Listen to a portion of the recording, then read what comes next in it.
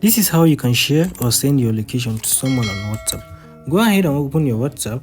Just to save your time, guys, I've already opened the chat I'm about to share my location with. So just do the same thing, guys.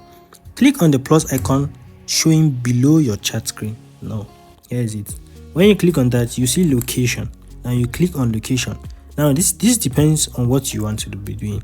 If you are sharing your live location to the person, you can go ahead and click share your live location. So when you click on share your live location, you can share your live location for up to 8 hours, 1 hour, or 15 minutes. If you don't want to be doing that, you just want to share your precise location to the person just to be safe, I would advise that, guys.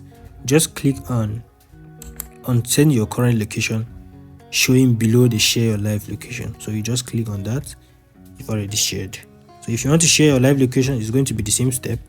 Just click on share your live location, select the time, and then you can go ahead and also add caption. See you in the next video. Thanks, guys.